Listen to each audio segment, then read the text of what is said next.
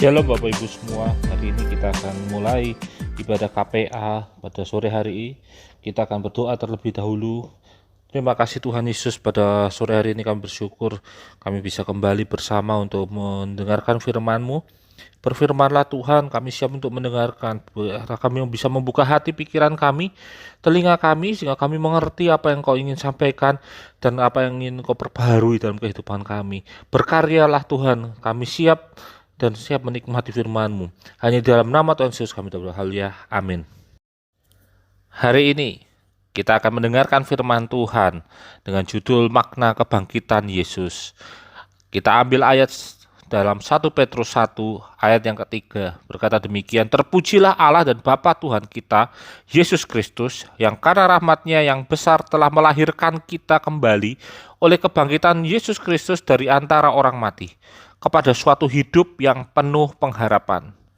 Bapak Ibu semua, kita baru saja memperingati Paskah atau kebangkitan Tuhan Yesus. Paskah dalam perjanjian lama bicara tentang perayaan pembebasan bangsa Israel dari penjajahan Mesir, di mana Allah memerintahkan Musa agar bangsa Israel mengambil anak domba jantan berumur 1 tahun dan memotongnya, kemudian darahnya diambil sedikit untuk dioleskan di ambang batas atas tiang pintu rumah bangsa Israel masing-masing. Saat malam harinya, Allah melewati rumah-rumah orang Israel yang telah diolesi darah anak domba tersebut dan membunuh anak sulung dari setiap orang Mesir, bahkan sampai ke hewan peliharaannya juga. Di masa Paskah tersebut, bangsa Israel diizinkan keluar dari Mesir. Kemudian Paskah dirayakan setiap tahunnya sebagai pengingat bahwa Tuhan telah membebaskan bangsa Israel dari penjajahan Mesir. Pengorbanan anak domba jantan menjadi kunci dari keselamatan bangsa Israel dari tulah Allah. Di masa Perjanjian Baru, Paskah merupakan hari kebangkitan Yesus setelah kematiannya di kayu salib. Kebangkitan Yesus tidak sekedar membuktikan kealahan Yesus, namun lebih dari itu, darah yang tercurah dari kematian Yesus itu menebus kita dari dosa. Dosa yang membawa kita kepada maut dan kematian yang kekal itu dihapuskan dengan harga yang sangat mahal, yaitu dengan kematian anak tunggal Allah, Yesus Kristus. Kebangkitan Yesus memberikan kita kehidupan yang baru, sama seperti bangsa Israel dahulu, hidup baru sebagai bangsa yang merdeka dari penjajahan Mesir. Demikian pula kita yang dahulu hidup sebagai hamba dosa, saat ini kita telah dimerdekakan dan hidup sebagai hamba kebenaran. Kematian dan kebangkitan Yesus memberikan makna dan harga bagi kehidupan kita. Kita tidak lagi hidup dalam kesia-siaan, melainkan kita sekarang hidup dalam kehidupan yang penuh dengan pengharapan. Ada 3 hal utama makna kebangkitan Yesus bagi kehidupan kita. Yang pertama adalah kebangkitan Yesus memperdamaikan kita dengan Allah. Bangsa Israel dahulu untuk bertemu dengan Allah hanya bisa melalui 2 hal, yaitu melalui imam dan nabi, dan yang kedua melalui Allah sendiri yang menyatakan diri kepada orang khusus yang dituju Allah. Melalui imam dan nabi ketika kita akan berdoa, mempersembahkan korban bakaran setiap tahunnya di Bait Allah, sinagog atau bukit-bukit persembahan. Kita tidak bisa sendiri datang untuk mempersembahkan korban bakaran lalu menyampaikan apa yang kita inginkan kepada Tuhan. Itu semua harus melalui imam-imam. Atau ketika Allah menyatakan dirinya kepada orang yang telah dipilihnya untuk melakukan sesuatu misi. Seperti ketika Allah memanggil orang-orang yang dipilihnya untuk dijadikan nabi. Kita bisa lihat betapa ribet dan adanya penghalang antara hubungan Allah dengan manusia ciptaannya.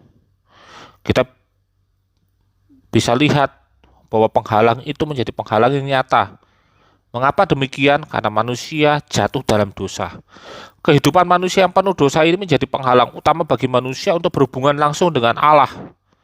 Karena itulah imam yang menjadi penghubung di Bait Allah wajib membersihkan diri dan menguduskan diri dari kehidupan duniawi sebelum masuk dalam ruang suci atau ruang maha suci. Bahkan ruang maha suci dimasukin setiap tahun sekali. Kemudian Yesus menyucikan diri kita dan membayar mahal kehidupan kita, sehingga kita beroleh kehidupan yang baru, kehidupan yang beroleh perdamaian dengan Allah, sehingga kita bisa menghadap Allah tanpa perlu memakai jasa imam tadi. Tabir bait suci terbelah saat kematian Yesus. Setiap orang bisa melihat apa yang dihalangi oleh tabir tersebut selama ini. Ini melambangkan bahwa kematian Yesus menghancurkan setiap penghalang, memperdamaikan kehidupan kita, merubah status kita tidak lagi menjadi hamba dosa, tapi berubah menjadi hamba kebenaran. Hubungan yang rusak kembali terjalin.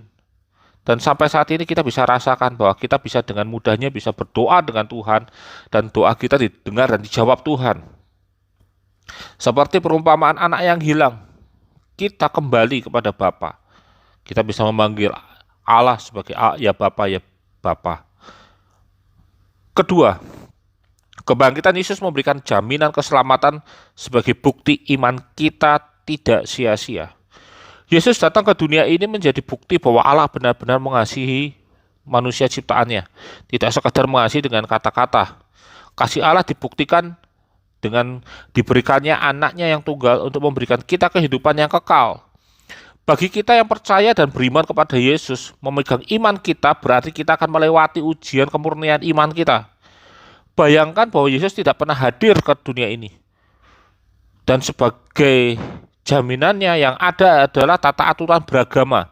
Saya yakin akan banyak pertanyaan dalam diri kita. Apakah kita layak memperjuangkan iman kita untuk sebuah agama dengan tata aturannya yang ada? Mereka yang hidup dalam tata aturan beragama lebih mengimani agamanya daripada Tuhannya. Sehingga mereka kehilangan sifat keilahian dari Tuhan penciptanya. Dan lebih memegang sesuatu yang tersurat. Makanya tidak heran bahwa orang yang mengimani agamanya lebih cenderung sebagai seorang yang penghakim, menghakimi, mudah sekali menghakimi. Mereka merasa benar seperti seorang Yahudi yang merasa benar, merasa suci. Kehidupan kekristenan adalah keimanan kita kepada Yesus sebagai Tuhan dan Juru Selamat. Bukti pengorbanannya di kayu salib dan kebangkitannya yang memberikan kita jaminan bahwa iman kita tidak sia-sia.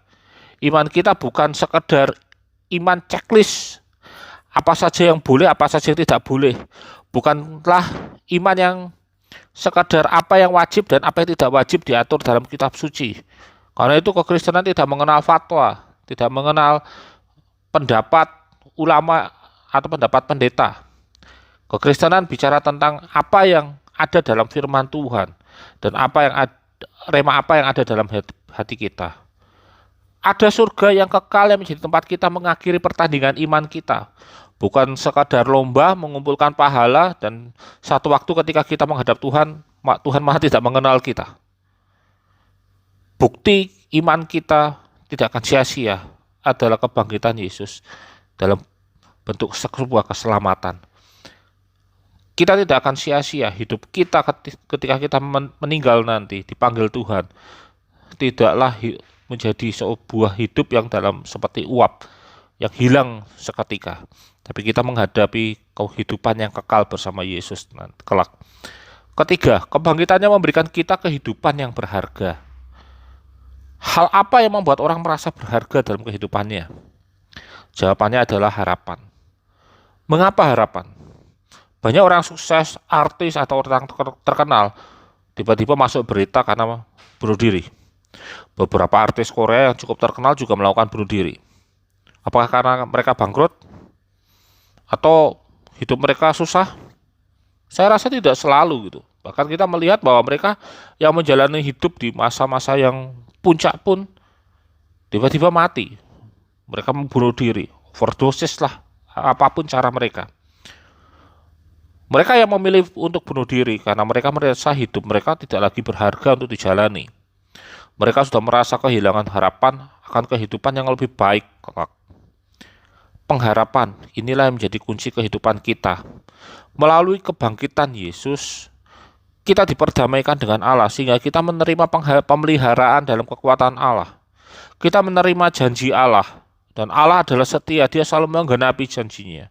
Pengharapan dalam kehidupan kita inilah membuat kita hidup menjadi lebih berharga dan layak untuk kita perjuangkan. Sekalipun kita akan melewati kesusahan dan berbagai pencobaan, kita punya satu harapan yang sama dan satu keyakinan, iman bahwa kekuatan Allah akan menjadi bagian kita dalam kehidupan kita.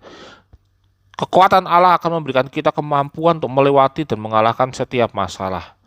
Bapak Ibu semua, kehidupan yang berharga kita dapatkan karena kita memiliki pengharapan yang tepat. Pengharapan ini hanya ada di dalam nama Yesus. Ketika engkau mengalami kesusahan, kita mengetuk Yesus, kita memanggil namanya. Dan nama Yesus itu nama yang masih sama dulu, sekarang, bahkan sampai selama-lamanya. Nama itu adalah nama yang berkuasa. Bapak Ibu semua, jangan biarkan kebangkitan Yesus lewat begitu saja. Dan kita tidak isi kehidupan kita yang merdeka ini dengan hal-hal yang bermakna. Hidup kita terlalu berharga untuk dilewatkan begitu saja. Mintalah, maka akan diberi. Ketoklah, maka pintu akan dibukakan. Janji Tuhan bagi kita menjadi bagian dalam kehidupan kita selama-lamanya. Percayalah, ketika kita berani untuk mengambil tanggung jawab lebih, kita meminta kekuatan Allah untuk memampukan kita dalam kita mengambil tanggung jawab lebih itu. Tuhan akan memberkati kita semua. Tuhan memberkati. Kita sudah mendengarkan firman Tuhan, mari kita tutup ibadah KPA ini dengan doa. Terima kasih Tuhan Yesus, pada malam hari ini kami bersyukur kami telah mendengarkan firman-Mu. Biarlah firman-Mu ini Tuhan menguatkan kami, memberikan kami kemampuan, hikmat, kebijaksanaan, pembaharuan dalam hidup kami, sehingga kami lebih kuat lagi dalam kami melewati setiap kehidupan kami. Kami percaya Tuhan, Engkau akan memberikan kekuatan bagi kami. Engkau akan menyertai kami, bahkan memberikan kami kemenangan demi kemenangan, dan kami merasakan sukacita damai sejahtera Allah karena kami tinggal di dalam Engkau. Terima kasih Yesus, kami serahkan ibadah KPA ini dalam tangan-Mu. Berkati kami semua, berkati keluarga Bapak Gembala kami, berkati seluruh jemaat di Gereja GBTI Pelita Kasih, dan Tuhan berkati kota Solo, bahkan Indonesia. Jauhkan dari sakit penyakit, mara bahaya, dan virus corona. Kami percaya Engkau akan memulihkan, dan Tuhan akan mengembalikan kami, meningkatkan kami, dan menyembuhkan kami semua. Terima kasih Bapa.